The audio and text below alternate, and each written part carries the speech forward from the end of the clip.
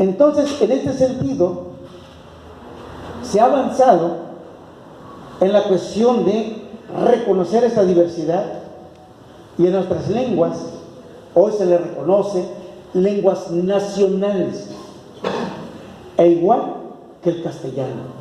El castellano y las lenguas originarias son lenguas nacionales de acuerdo a ley.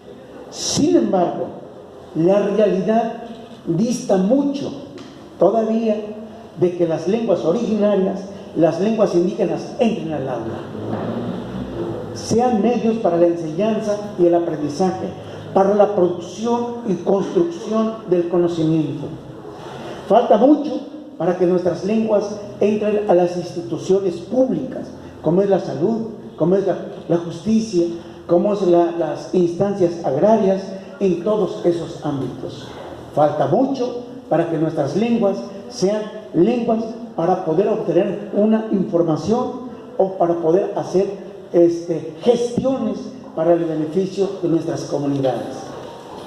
No se ha dejado, digamos, de lado, aunque no se dice que el castellano es una lengua oficial, en la práctica el castellano es una lengua oficial, porque en esa lengua se hace el acta de nacimiento de los niños, en esa lengua se hacen los contratos para cualquier, digamos, trato que se haga.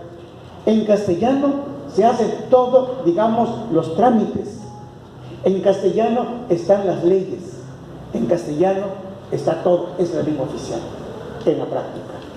Entonces, necesitamos ir revirtiendo esta realidad, darle entrada a las lenguas, a estas instituciones, y que se vaya ampliando. En ese sentido, es un compromiso tanto del nivel federal, estatal y municipal, de que se cumplan los derechos lingüísticos ya declarados para los pueblos indígenas. Estos derechos, que ellos tienen derecho a recibir la educación en su propia lengua, ellos tienen derecho a que sean asistidos en cuestiones de salud, de justicia, de cuestión agraria. Ellos tienen derecho a, digamos, a enviar o solicitar cualquier servicio en su propia lengua, sea oral o escrita. Nosotros, como servidores públicos, somos los primeros responsables de cumplir y garantizar esos derechos. Porque luego decimos, es que el Estado no lo cumple. Nosotros somos representantes del Estado. Luego el gobierno no cumple. Nosotros somos los instrumentos y los agentes del gobierno. Es decir, nosotros somos los que no estamos cumpliendo con esos derechos. A modo de cierre, puedo decirles, falta mucho por cumplir los derechos de los pueblos indígenas por múltiples razones. Hace un ratito le decía, aún prevalecen prácticas de racismo, discriminación, exclusión. Las políticas de homogeneización no han sido eliminadas, se siguen empleando estigmas. Por otro lado, se desconocen los derechos indígenas por parte de los servidores públicos, pero también estos derechos que están aprobados también la desconocen en gran parte, o diría casi en su totalidad, por los pueblos indígenas. Falta instrumentar mecanismos para garantizar esos derechos. En la actualidad, aún considera la diversidad cultural y lingüística una amenaza, una debilidad, e inclusive se resisten a su reconocimiento. No solo de sus derechos de los pueblos indígenas, sino también de las necesidades que tienen, de interactuar entre culturas, para que reine una armonía, una paz, y que el desarrollo se alcance con equidad.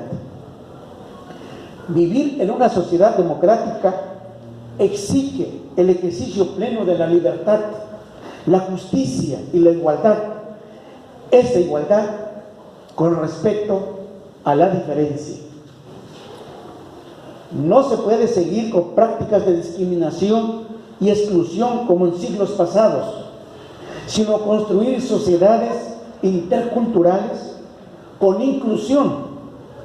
El siglo XXI es un siglo de derechos.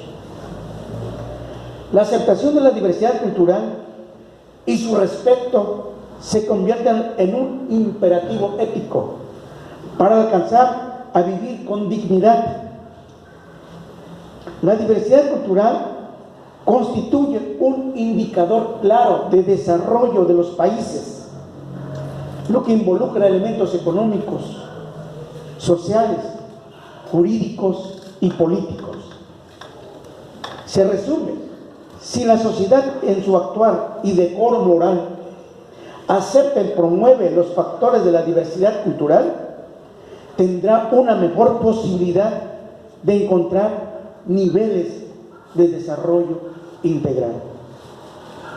De la misma manera que se intenta preservar la diversidad ecológica, se debe luchar por preservar la diversidad lingüística. Merece ser respetada y defendida junto con los derechos humanos. La lengua no se reduce a un instrumento de comunicación, sino a través de esta se organizan los conocimientos, se sistematiza el pensamiento, posibilita distintas maneras de entender la realidad, como distintas maneras de contar, hacer las cuentas, distintas maneras de expresar los espacios, distintas formas de expresar los días y los meses, distintos calendarios, las diversas formas de relacionarse con el entorno. Hay culturas, como la lengua Totonaco, que para contar toma en cuenta la forma. Es decir, uno largo, redondo. Esto es decir, uno, pero que tiene para depositar líquido. Esto es decir, uno para decir plano. Hay culturas, no como el español, 1, 2, 3 es igual, sino en Totonaco se dice patum. Si eso fuera patum, ¿sí? Entonces van cambiando a la manera de numerar, se numera de acuerdo a la forma, y eso a veces no toma en cuenta la educación, la enseñanza. Por eso decimos, se sigue aculturando, aunque se emplea la lengua materna. No es congruente con la cultura.